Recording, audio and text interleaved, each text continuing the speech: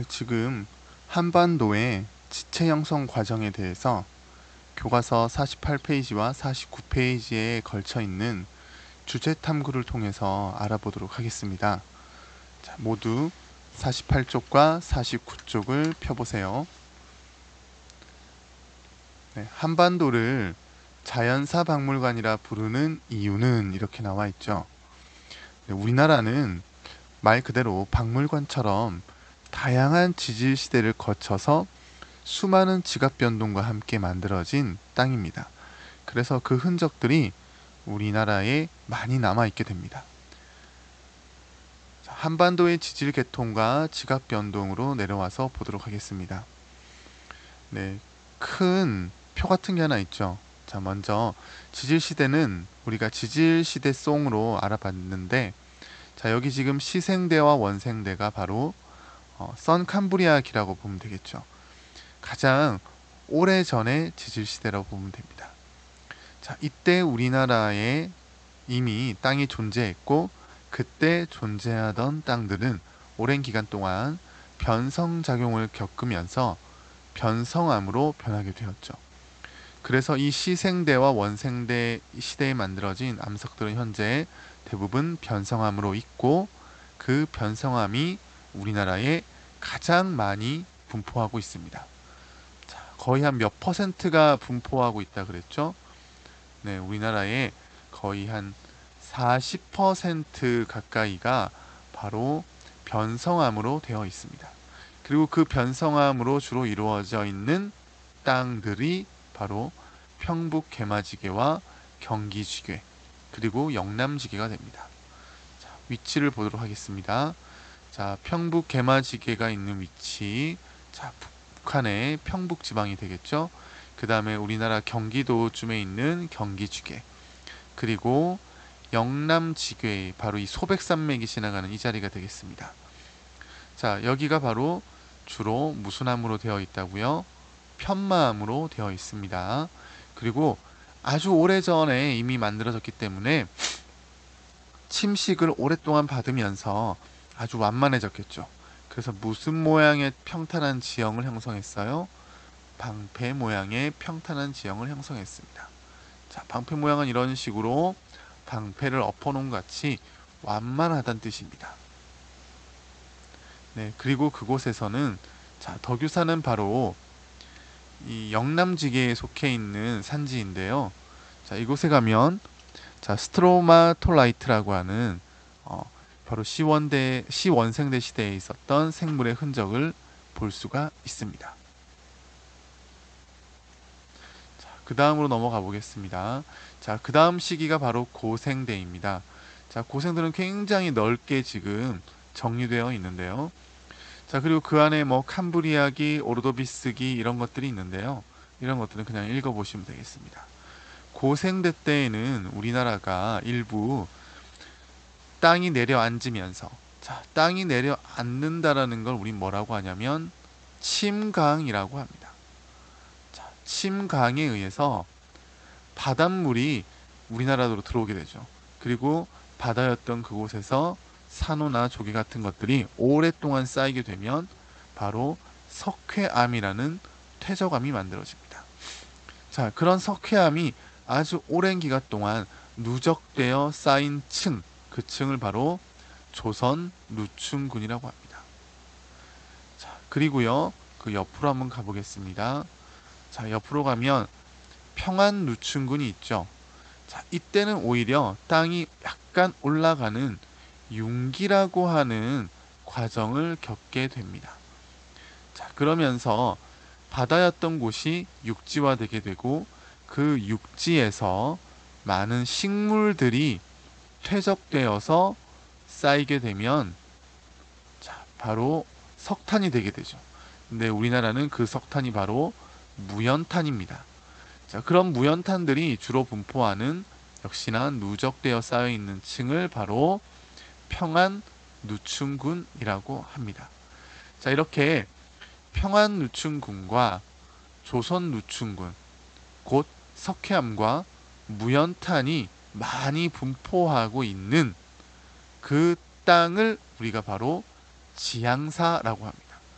자, 바로 평남지향사와 옥천지향사가 됩니다. 자, 평남지향사와 옥천지향사의 위치를 보도록 할게요. 바로 이 지역이 북한의 평안남도 지역 근처라고 해서 평남지향사입니다. 그리고 이쪽이 바로 옥천지향사가 되죠. 네. 자, 이곳은 아주 큰 퇴적 지층이 있기 때문에 그 두꺼운 퇴적 지층을 우리는 지향사라고 부르는 것입니다. 자, 여기 지금 삼엽충이 보이죠. 삼엽충은 어디에 살았던 동물입니까? 바로 바다에 살았던 동물이죠. 그래서 이때 당시 우리나라가 바닷속이었다는 증거를 보여줍니다. 자, 그리고 여기 무연탄 탄광이 보이는데요. 바로 이 무연탄 탄광이 과거 식물이 쌓여서 형성된 석탄을 캐는 곳이 되겠죠.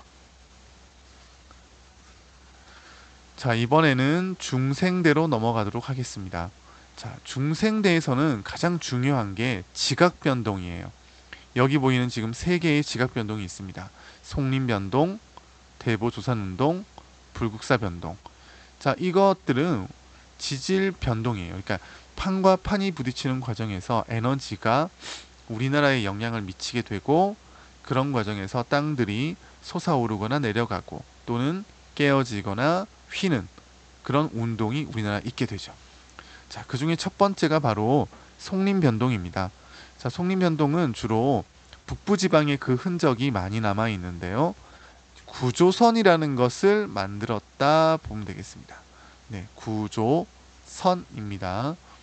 자, 구조선은 땅에 일정하게 방향을 가지고 가 있는 급이라고 생각하면 돼요. 네, 이렇게 깨어져 있다라고 생각하면 될 것 같습니다. 그리고 이 구조선은 나중에 산맥의 방향에도 영향을 주게 됩니다. 네, 산맥의 방향입니다. 산맥을 만드는 게 아닙니다. 산맥의 방향에 영향을 주게 됩니다. 자, 이 부분은 나중에 뒤에 산맥 부분에 가서 또 다시 한번 정리해 보도록 하겠습니다. 자, 그리고 대보 조산 운동은 우리나라 남부지방이나 중부지방에 영향을 줬던 가장 큰 중요한 운동인데요. 자, 이 또한 구조선을 만듭니다. 근데 구조선이 주로 중남부 지방에 그 영향을 줬고요. 특히 이 대보조선 운동과 불국사 운동을 통해서 우리나라의 마그마가 땅속 깊이 관입을 하게 되고 그러면서 만들어지는 것이 바로 화강암입니다. 자, 그래서 중생대 때 대부분의 지금 우리 눈에 보이는 화강암이 만들어진다고 보면 됩니다. 그래서 여기 나와 있죠. 대보 화강암, 불국사 화강암. 자, 그리고 여기 또 경상분지가 나오는데요. 자, 우리가 지금 살고 있는 경상도 지역이 과거 중생대 시기에는 늪이나 호수 같은 곳이었다고 보면 됩니다. 그래서 그곳에서 많은 공룡들이 살았고 그 공룡들의 흔적이 현재도 남아 있게 됩니다. 자, 지금 사진을 보게 되면 자, 이 화강암으로 이루어져 있는 산과 자, 우리 전라남도에 보면 우왕리라는 곳이 있는데요. 그곳에 지금 여기 밑에 보이는 이런 공룡 발자국 화석 같은 것들을 지금 발견해 볼 수 있습니다. 자, 이번에는 마지막 시대로 넘어가겠습니다. 자, 마지막 시대는 6,500만 년 전에서 지금 정도까지 내려오는 시대인데요. 바로 신생대라고 합니다. 자, 신생대에는 두 개의 시기가 있는데요. 3기와 4기가 있습니다. 특히 3기에 우리나라의 동쪽으로 치우쳐져 있는 경동성 요곡 운동이 일어나게 됩니다. 자, 경동은 한쪽으로 치우쳐져 있다는 뜻이에요. 근데 우리나라는 그곳이 어느 쪽으로 치우쳐져 있어요? 동쪽으로 치우쳐져 있습니다. 자, 이 동쪽에 융기를 하게 되는 땅이 솟아오르게 되는 운동이었다고 보면 될 것 같습니다. 자, 그러면서 우리나라의 태백산맥이나 함경산맥, 낭림산맥 같은 산맥들을 만들어냅니다. 자, 그리고 제4기라는 가장 최근의 시기에는 자, 우리나라에 무슨 활동이 있었습니까? 바로 화산 활동이 있었습니다. 그래서 제주도, 백두산, 울릉도, 독도, 그리고 철원 지역에 용암대지 같은 것들을 만들어냅니다. 자, 그 다음에 그 밑에 보면 이때 당시에 있었던 지질 구조가 있는데요. 바로 그 지질 구조가 길주 명천지계와 두만지계, 포항분지가 되겠습니다. 그럼 포항분지 같은 데 가면 최근에 쌓였던 이런 조개의 퇴적층들을 발견할 수도 있고요. 사기에 있었던 화산활동으로 만들어진 제주도도 관찰해 볼 수가 있겠습니다. 자, 그 위치도 여기를 통해서 지도를 통해서 확인을 해 보도록 하겠습니다. 자, 조금 어려운 말들이 있고요. 정리하기도 어렵지만 계속해서 우리가 이걸 반복하면서 특히 시대 순으로 익히는 것이 매우 중요합니다. 그리고 그 시대에 어떤 일들이 있었고 그것에 의해서 현재 우리 눈에는 어떻게 보이는지를 아는 것이 중요합니다. 네, 이상 마치도록 하겠습니다.